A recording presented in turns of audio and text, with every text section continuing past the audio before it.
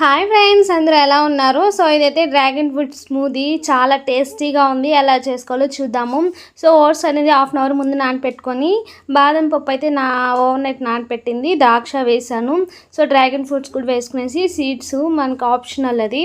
So banana కూడా optional, కాంటే వేసుకోవచ్చు, skip చేసేవచ్చు. So peanut butter ఒక స్పూను, ఒక స్పూను హనీ, మిల్క్. సో అంతే, చాలా సింపుల్ ప్రాసెస్ కదా, చాలా టేస్టీగా కూడా ఉంది.